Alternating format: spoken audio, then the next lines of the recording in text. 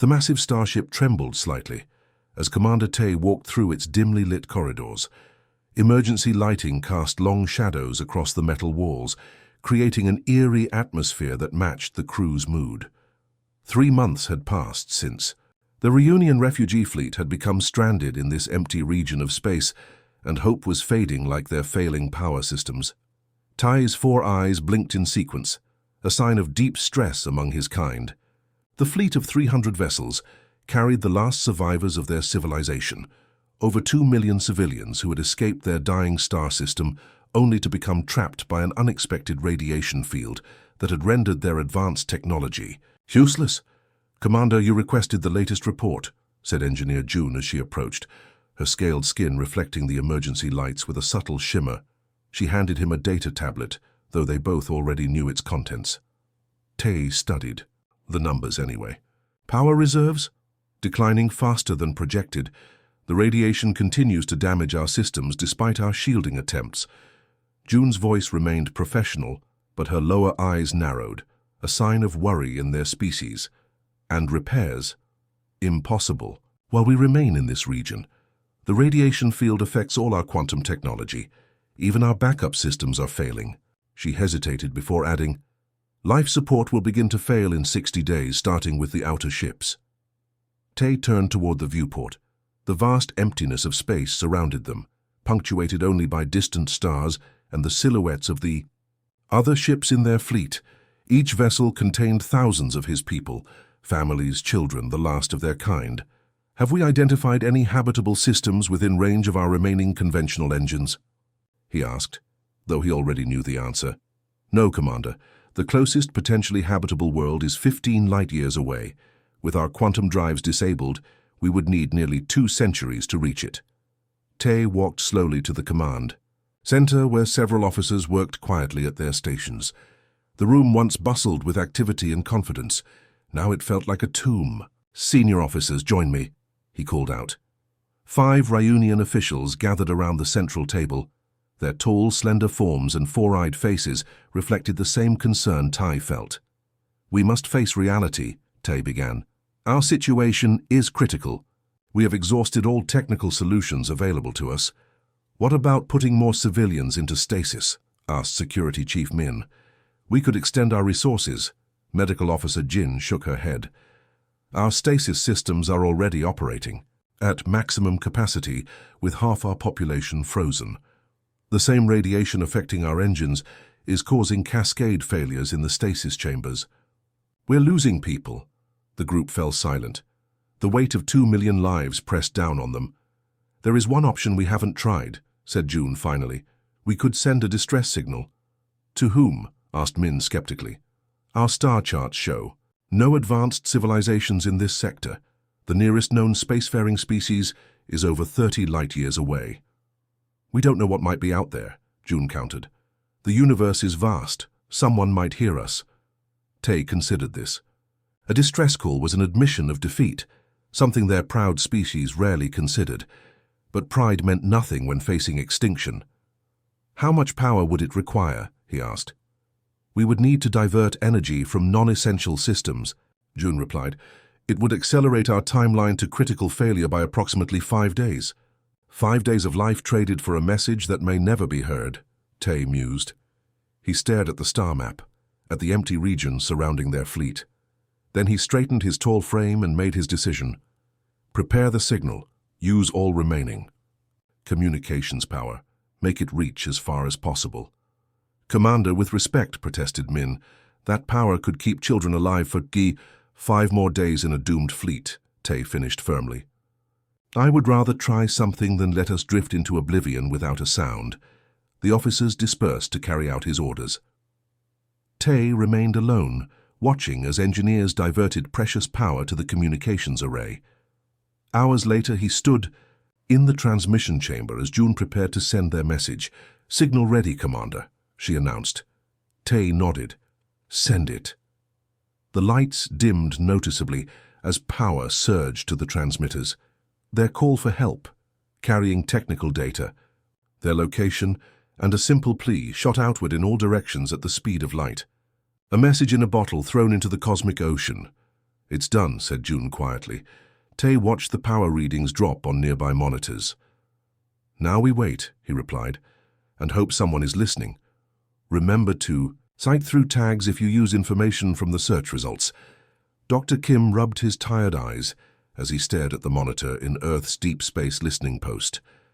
The night shift was always quiet, but something about this particular evening felt different. The facility, buried deep in the mountains of what was once called South Korea, housed some of humanity's most sensitive equipment for scanning the stars. A soft beep from his console broke the silence. Kim adjusted his glasses and leaned forward. The automated system had flagged an unusual pattern in the background noise, a repeating sequence that stood out from the random static of space. That's not natural, he whispered to himself, fingers flying across the keyboard to enhance the signal. The pattern became clearer, structured, intentional, and definitely artificial. Kim reached for the communication panel. Director Choi, I need you in the main lab immediately. Within 20 minutes, the room had filled with bleary-eyed scientists. Director Choi, a stern woman with silver-streaked hair, studied the signal pattern on the main screen. How long has it been transmitting, she asked. Based on signal degradation, approximately 3 weeks, Kim replied. It's weak and fading fast.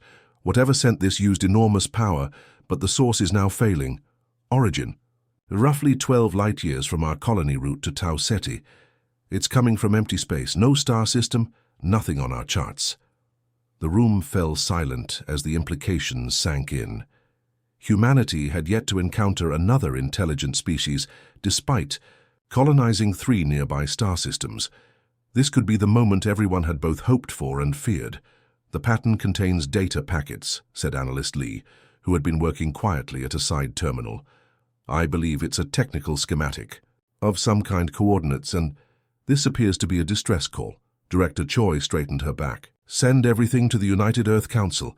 I'll make the call to the Secretary General myself. 3 weeks later, the research vessel Horizon approached the coordinates carried in the mysterious signal. Captain Hyun stood on the bridge, her hands clasped behind her back as she watched the stars through the main viewport. 4 other ships followed behind. A small flotilla representing humanity's first official contact mission, dropping out of FTL in 3, 2, 1, announced Pilot G. The stars stopped stretching and returned to pinpoints as the ship decelerated. For a moment, everyone on the bridge thought their navigation was wrong. Then the ship's sensors adjusted, and gasps filled the room. My God, whispered G. The view screen showed hundreds of massive vessels, far larger than anything humans had built, drifting in a loose formation. Their designs were elegant but alien, with sweeping curves and materials that seemed to absorb rather than reflect light. Many showed signs of damage, with dark sections where power had clearly failed. Life signs? Asked Captain Hyun, her voice steady despite her racing heart. Millions, replied Science Officer Park, but many areas of the vessels show environmental system failures. They're in trouble, Captain. Hyun nodded. Open a channel using the translation algorithm based on their signal. Let's introduce ourselves. Communications Officer Bay worked at her station. Channel open, Captain. Hyun took a deep breath. This is Captain Hyun of the Earth vessel Horizon. We received your distress signal and have come to offer assistance. For several tense minutes, there was no response. Then the view screen flickered, and an image appeared that made the bridge crew lean forward in amazement. The being on the screen stood nearly 7 feet tall with grayish-blue skin that had a subtle scale pattern. Most striking were the 4 eyes, 2 larger ones in the normal position and 2 smaller ones set wider on the elongated face. It blinked those eyes in sequence before speaking. The translation came through the ship's speakers with a slight delay. This is Commander Tae of the Ryunian refugee fleet. We did not expect anyone to hear our call. The alien's voice sounded surprised and cautious. You are not like any species known to us. We're human, Hyun replied simply. And we're here to help if we can. With your permission, we'd like to dock and assess your situation. The alien commander's 4 eyes blinked rapidly, an expression the humans couldn't yet interpret. You would approach unknown beings without fear? Tae asked. Hyun smiled slightly. We're cautious but not fearful. That's why we're out here among the stars in the first place. After a brief pause, the alien commander nodded, a surprisingly human gesture. Then we welcome you, humans, and we thank you for hearing our call when we thought we were alone. The United Earth Council chamber hummed with nervous energy as Dr. Kim stepped up to the podium. The circular room held representatives from all Earth nations and colonies, gathered to hear the report from humanity's first contact with an alien species. Enormous screens displayed images of the stranded reunion fleet. Ladies and gentlemen, Dr. Kim began, adjusting his glasses. What we found was both remarkable and heartbreaking. The reunion people fled their home system when their star became unstable. They launched their evacuation fleet with over 2 million civilians aboard, 300 vessels. He touched a control, and the screens showed close-up images of the alien ships. Their journey took them through an unusual radiation field that disabled their advanced propulsion and damaged many critical systems. They are, in simple terms, stranded with failing life support. Councillor Park, representative from the Asian Alliance, leaned forward. How advanced is their technology compared to ours? In most areas, centuries ahead, replied Dr. Kim. Their quantum drive technology, materials science, and computing systems are far beyond our capabilities. However, he paused for emphasis, that very advancement has become their weakness. Engineer Sung stepped forward. The young woman had been part of the initial assessment team that boarded the alien vessels. The Ryunian technology is highly sensitive to the specific radiation in that region of space. Our simpler, more robust systems are actually resistant to it. Murmurs filled the chamber as the council members processed this information. Are you suggesting, asked Councillor Lee from the American Federation, that we might be able to help them when their superior technology cannot? Exactly, Engineer Sung nodded. We've already conducted preliminary tests. By creating hybrid systems, their advanced technology paired with our more radiation-resistant components, we believe we can restore their fleet's functionality. Secretary General Han, who led the council, stood up. What exactly would this assistance require? Captain Hyun stepped forward this time. A major commitment of resources. We would need to send engineering teams, raw materials, and equipment. The mission could take months, possibly a year. The chamber erupted into debate. Councillor Park's voice rose above the others. This would be the most expensive humanitarian mission in human history, and for beings we've just met. Can we afford such generosity when our own colonies still struggle? Asked another councillor.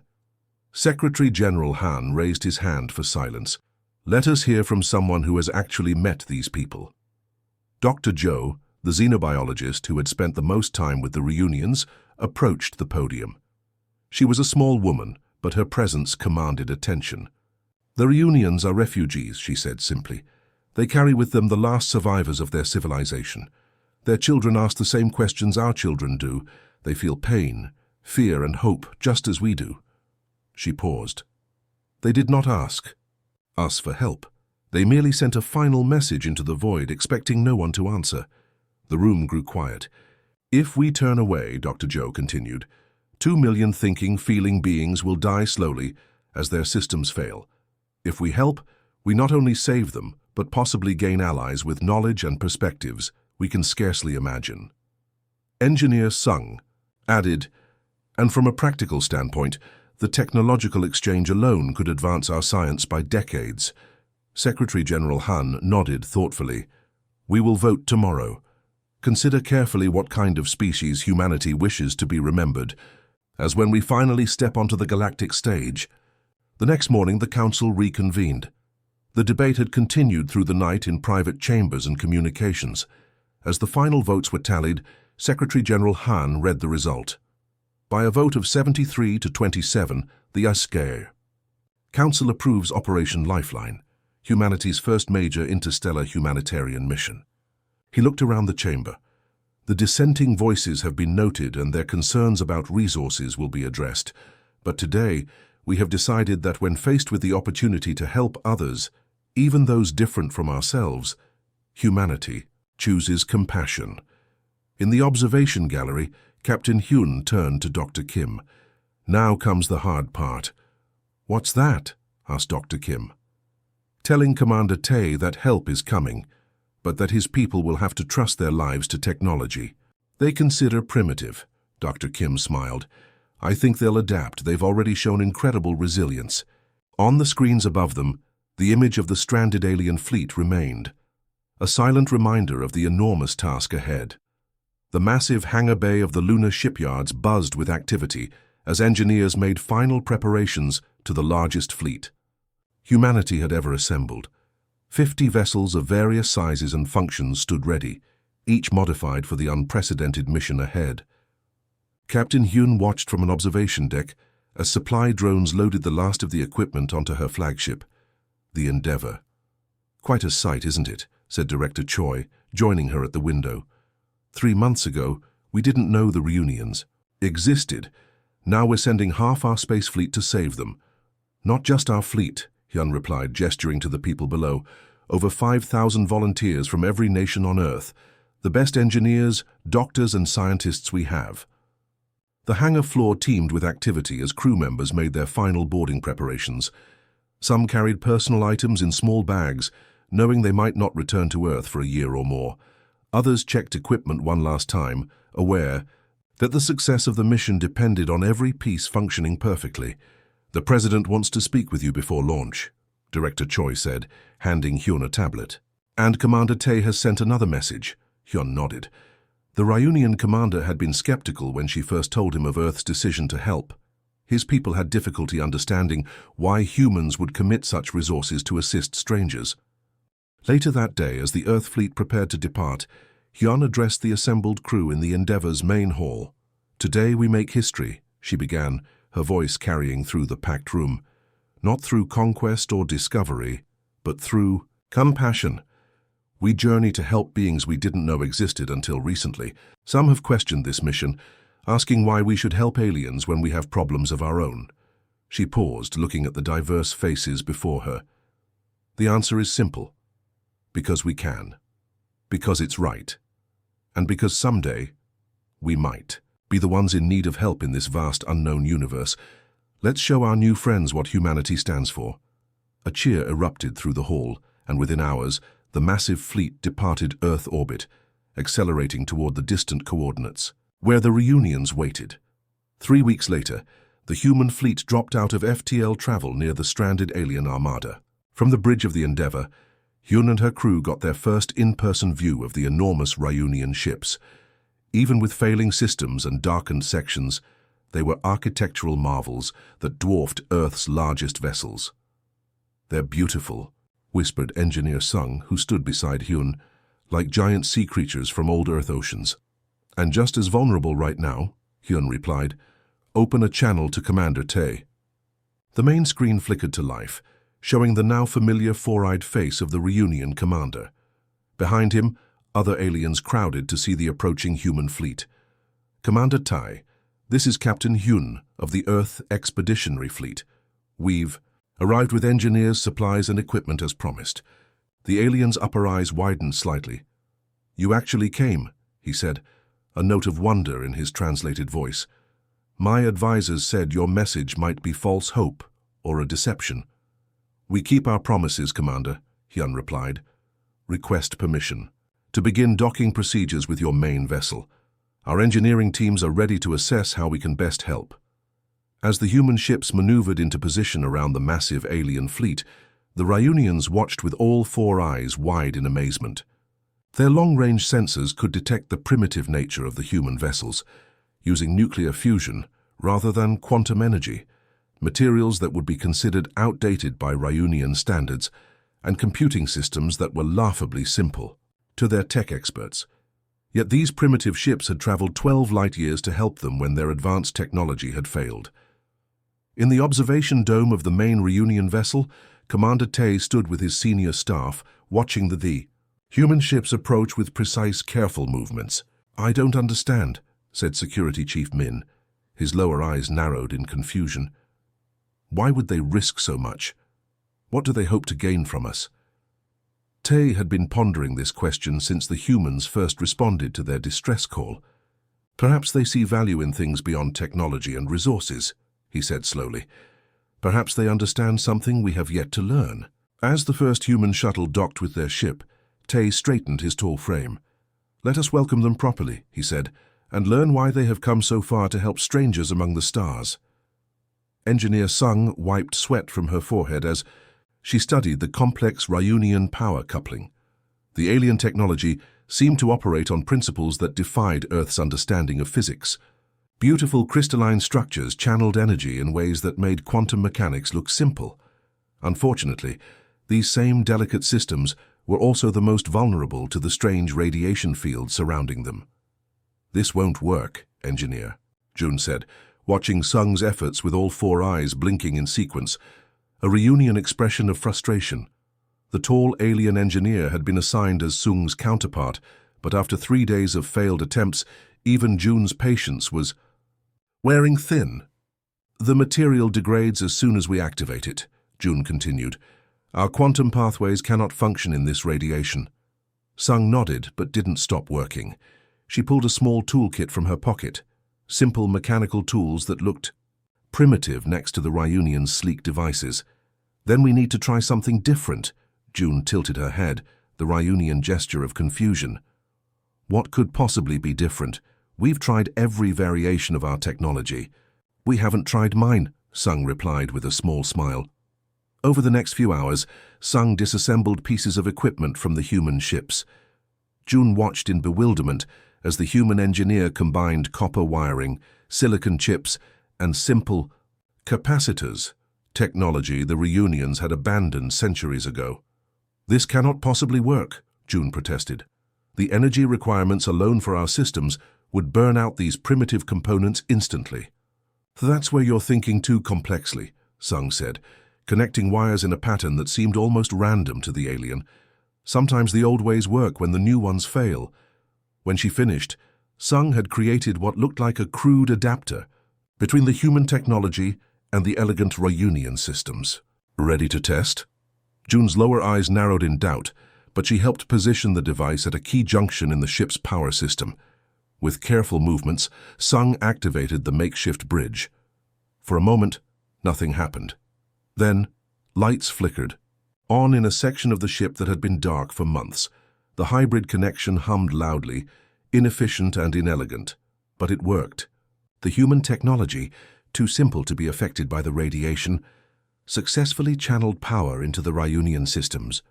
June's four eyes widened in astonishment, her mandibles clicking rapidly in what Sung had learned was the Ryunian equivalent of shocked laughter. "How?" June asked, inspecting the crude device. "Our best scientists couldn't solve this problem," Sung shrugged. "Your technology is so advanced that you forgot the basics.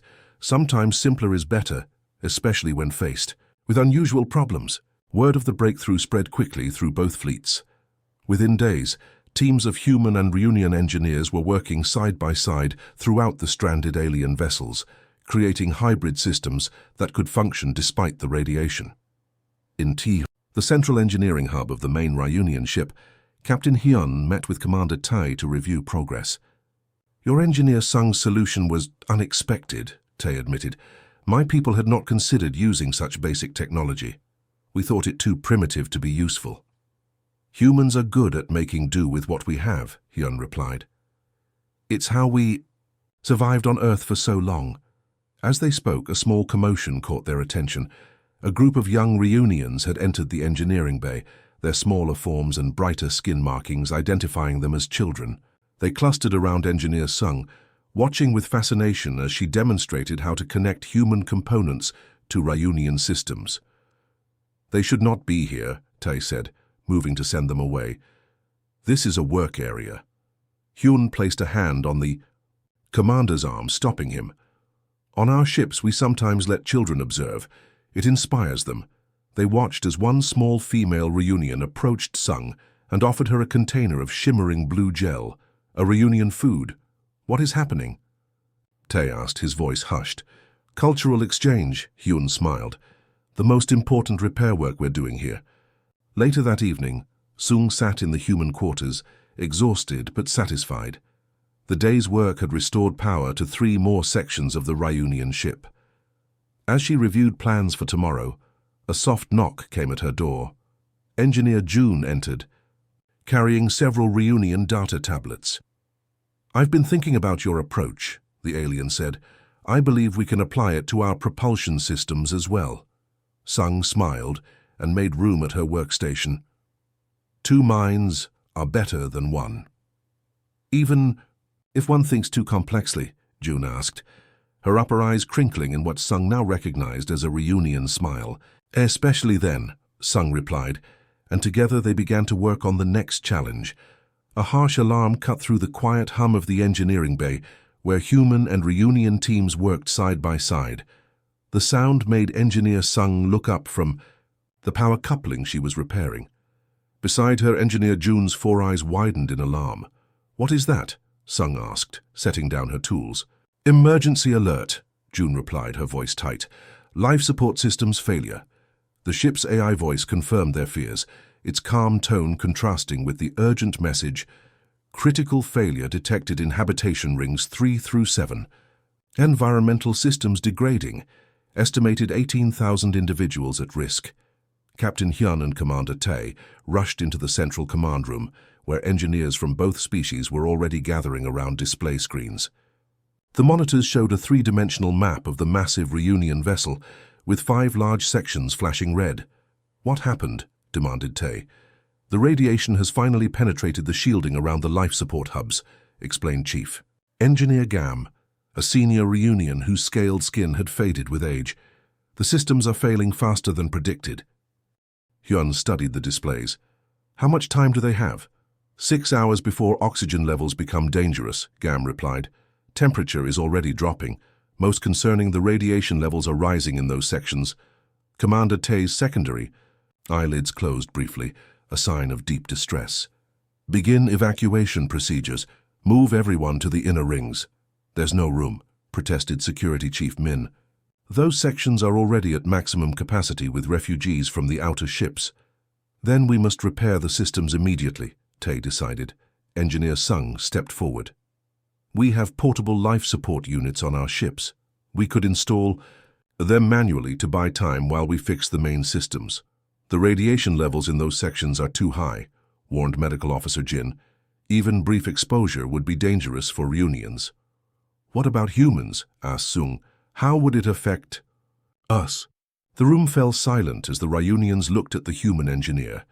"Your biology is more vulnerable to radiation than ours," Jin said finally. "Prolonged exposure would cause radiation sickness, possibly permanent damage." Captain Hyun exchanged a glance with Sung. "How many teams would we need?"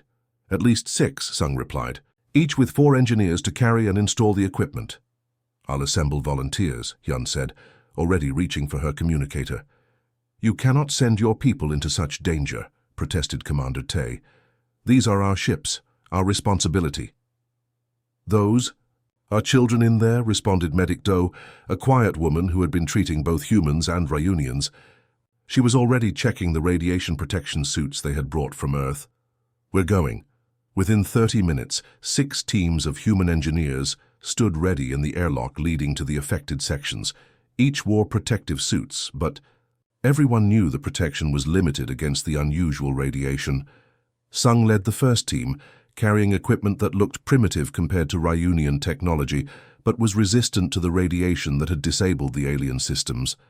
"Captain," Hyun helped them seal their helmets. "You have 2 hours maximum exposure," she reminded them. "Then you return regardless of progress. Another shift will take over." Commander Tae approached the airlock, his tall form looming over the suited humans. "My people will not forget this," he said, his voice solemn. "Whatever happens." The teams entered the affected sections of the ship and found a disturbing scene. The temperature had already fallen enough that the reunions, sensitive to cold, had gathered in huddled groups. Many young ones showed signs of distress, their skin color fading to a dull gray. The lighting flickered ominously as power fluctuated. Sung's team moved quickly to the main environmental control hub. The radiation made their instruments crackle with static, and she could feel the warmth of her skin that indicated exposure despite the suit. "Work fast," she told her team. "Install the oxygen generators first, then temperature regulators." For 4 grueling hours, the human teams worked in shifts, installing Earth equipment alongside the failing reunion systems. Each returning team showed signs of radiation exposure, skin reddening, nausea, fatigue, but they continued until all emergency systems were functioning. When the last team emerged from the airlock, Medic Doe was waiting with treatment for radiation exposure. Several engineers needed immediate medical attention, but no one had abandoned their post. Commander Tay stood watching as the humans tended to their injured. The Ryunian's 4 eyes blinked slowly as he processed what he had witnessed. They knew the danger, he said quietly to Captain Hyun, yet they went anyway. That's what humans do, Hyun replied simply. We help. From that day forward, something changed in how the Ryunians viewed their human rescuers. What had begun as gratitude deepened into profound respect, and perhaps something more. The makeshift gathering space had once been a storage bay on the Ryunian flagship. Now transformed with simple decorations from both species, it served as the central meeting place where humans and Ryunians came together during off-duty hours. Tonight was special, the first official cultural exchange event since the crisis. In the habitation rings 3 weeks ago, Dr. Kim sat cross-legged on a cushion, facing Elder Han, one of the oldest Ryunians on the fleet. The alien's scaled skin had faded to a pale blue-gray with age, and her movements were deliberate and graceful.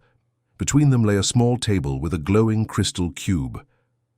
This represents our journey, Elder Han explained, her 4 eyes focused on the human scientist. 10,000 years of Ryunian history preserved in memory crystals. Kim leaned forward with interest.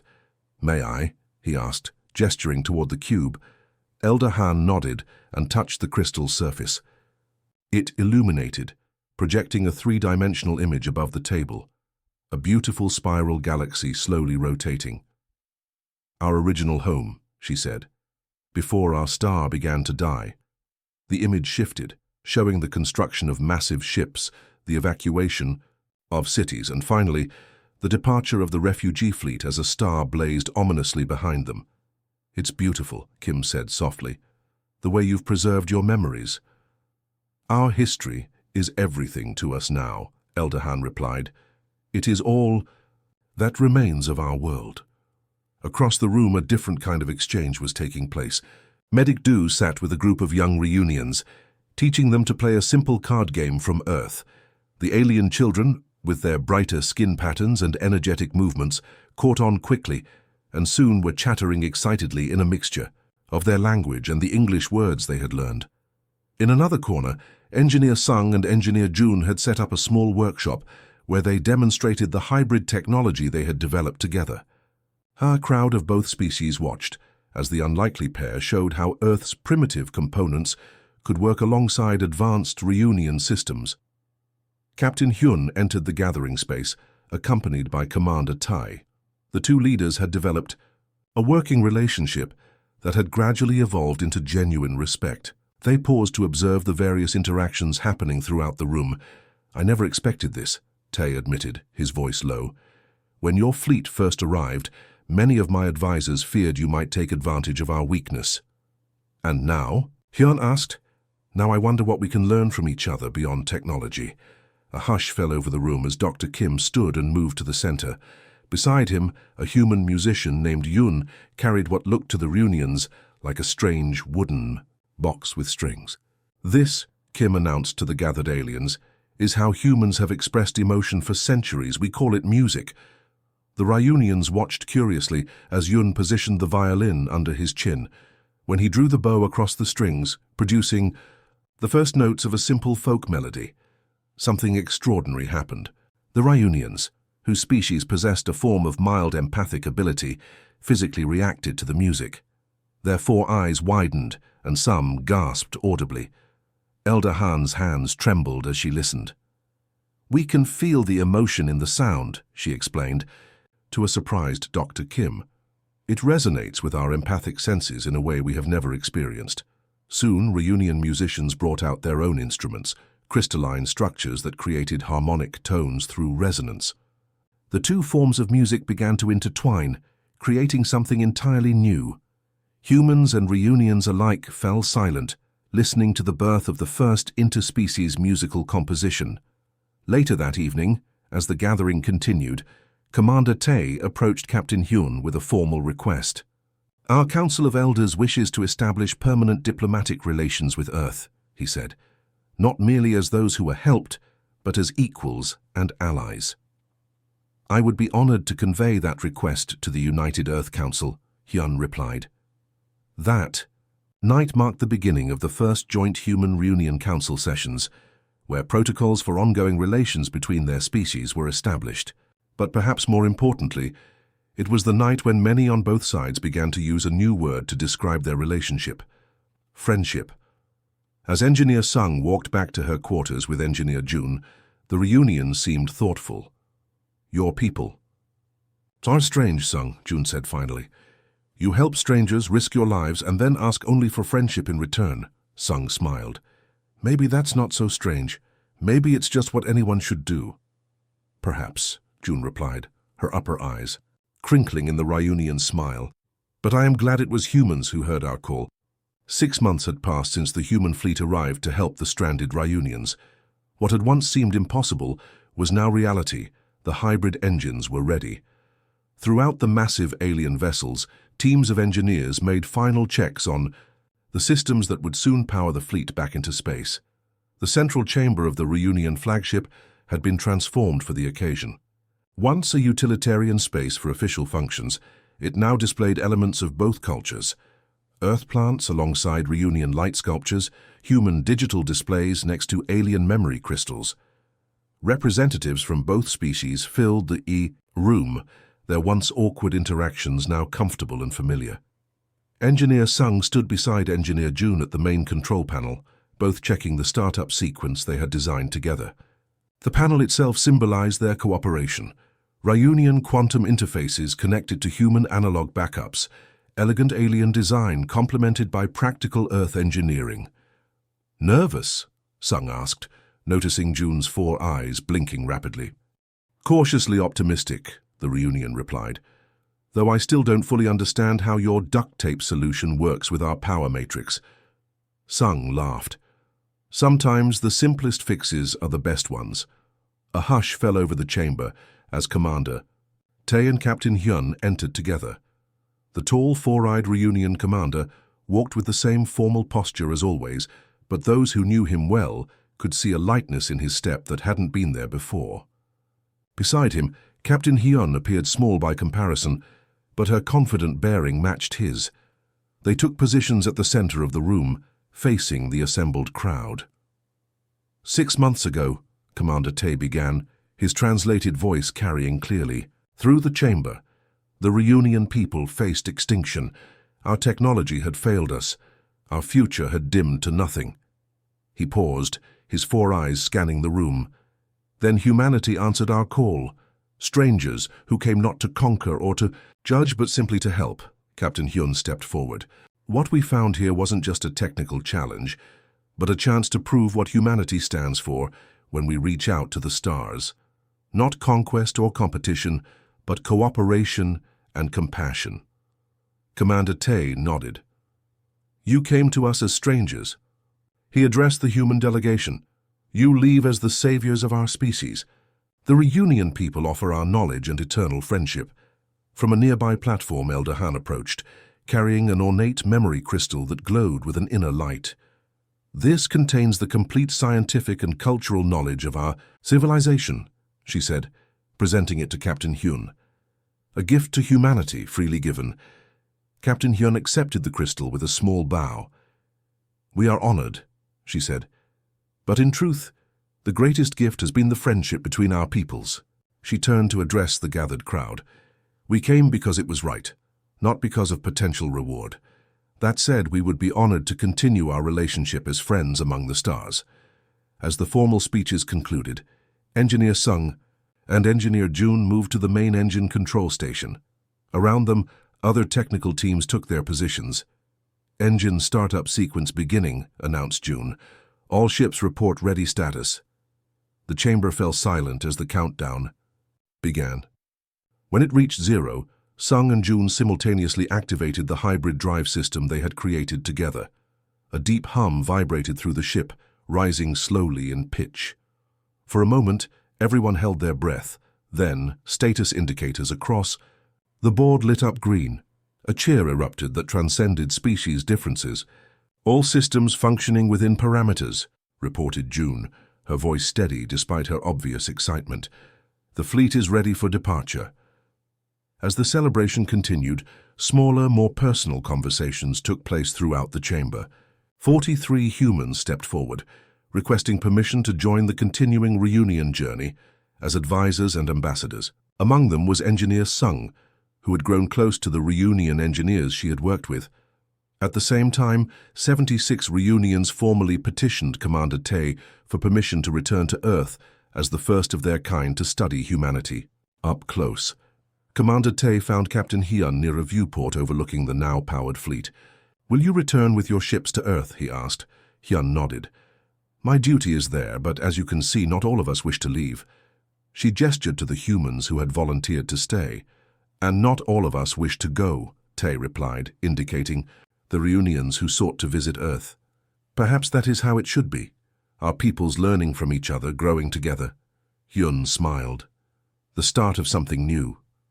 "No," Tay corrected gently, his upper eyes crinkling in the expression humans now recognized as a smile. "The continuation of something ancient, friendship between travelers among the stars." The repaired reunion fleet glided silently through space, its destination a habitable star system they had identified years before their fateful encounter with the radiation field. The massive ships moved with renewed purpose, their hybrid engines, part advanced alien technology, part primitive human engineering, functioning perfectly despite the lingering radiation. On the bridge of the flagship, Admiral Tay, formerly commander, stood watching the stars. The formal promotion had come just before departure, recognition of his leadership during their people's darkest hours.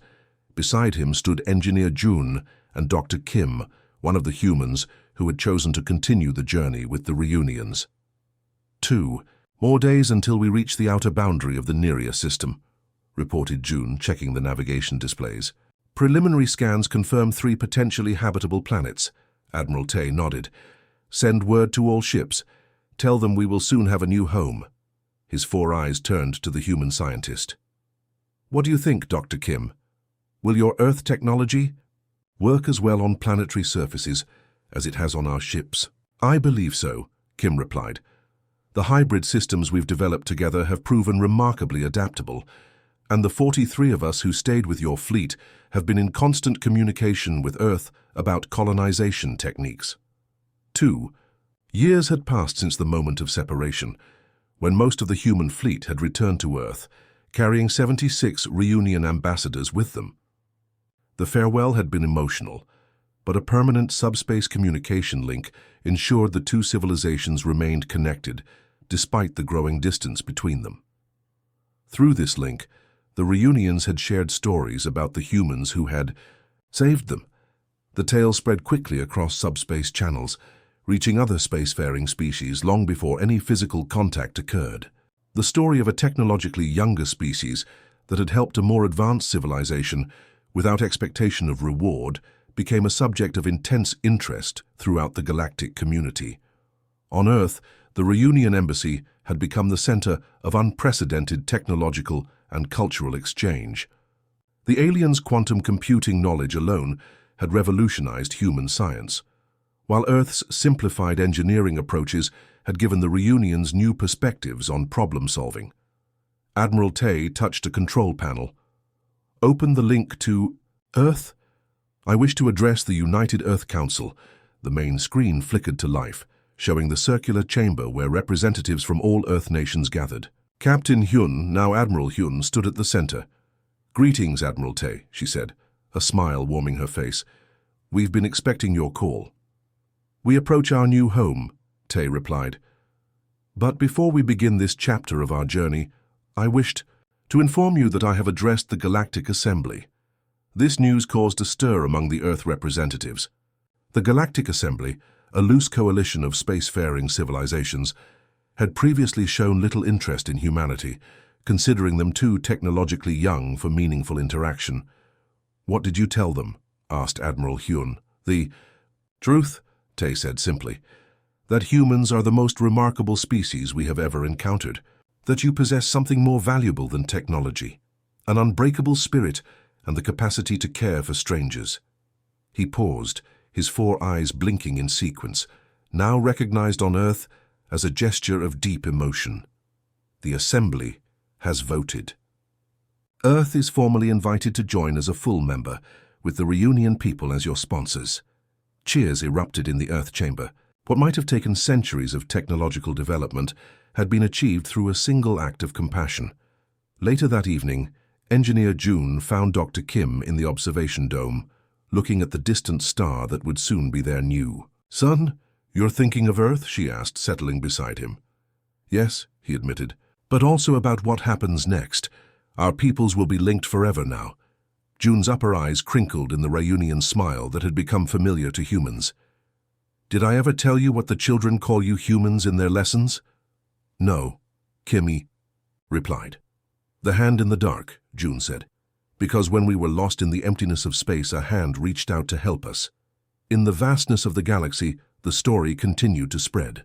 Species that had previously viewed one another with suspicion or indifference began to reconsider after hearing about the unusual humans. A civilization that would travel light years to help strangers, that valued compassion as highly as technology, that saw differences as opportunities rather than threats. This was something new in the galactic community, and throughout the stars, the reputation of Earth grew. Not as conquerors or even as technological marvels, but as something perhaps more powerful. The species who would help anyone in need, no matter the cost or difference. As Admiral Tay had told the Galactic Assembly, in the vast darkness between stars, the brightest light is not technology, but compassion, and no one shines brighter than the humans of Earth.